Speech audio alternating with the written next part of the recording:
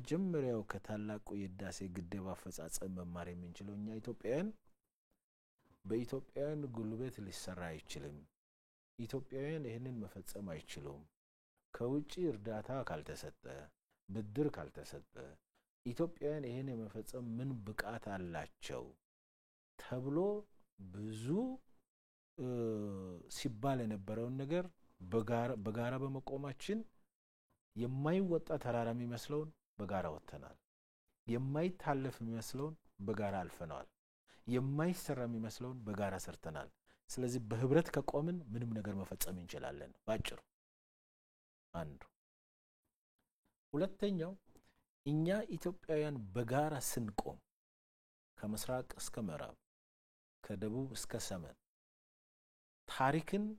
እንዲሁ ታሪክ መስራት ብቻ ሳይሆን በወርቃማ ከለር ታሪክን ማከናወን እንችላለን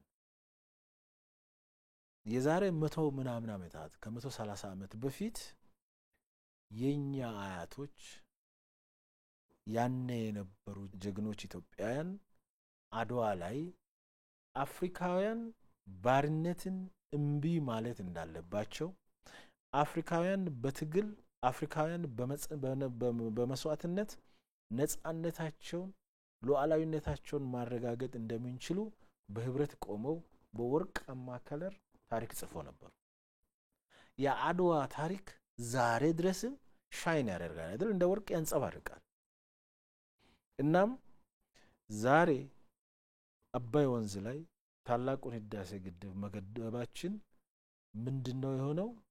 ለአፍሪካውያንም ለኢትዮጵያውያንም ኢትዮጵያውያን በጋራ ተባብሮ የጻፉት በወርቃማ ከለር የተጻፈ ታሪክ ነው የሆነው ማለት ነው ሁለተኛው አድዋ ነው ሻይን ያደርጋል